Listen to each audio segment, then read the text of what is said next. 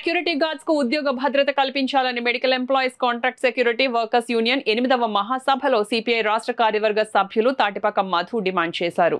Andhra Pradesh medical contract employees and security guards workers union AITUC అనుబంధ సంఘం ఆధ్వర్యంలో కాకినాడ ప్రభుత్వ సామాన్య ఆసుపత్రిలో శుక్రవారం మధ్యాహ్నం స్థానిక యూనియన్ కార్యాలయం వద్ద 8వ మహాసభ రామయ్య అధ్యక్షతన జరిగింది.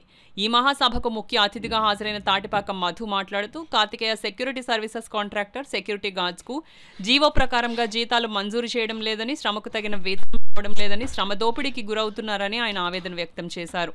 ఏఐటియుసి జిల్లా ప్రధాన కార్యదర్శి తోకుల ప్రసాద్ మాట్లాడుతూ కేంద్రంలో బీజేపీ ప్రభుత్వం కార్మికుల హక్కులను కాలరాసే విధంగా చర్యలు తీసుకుంటుందని అన్నారు.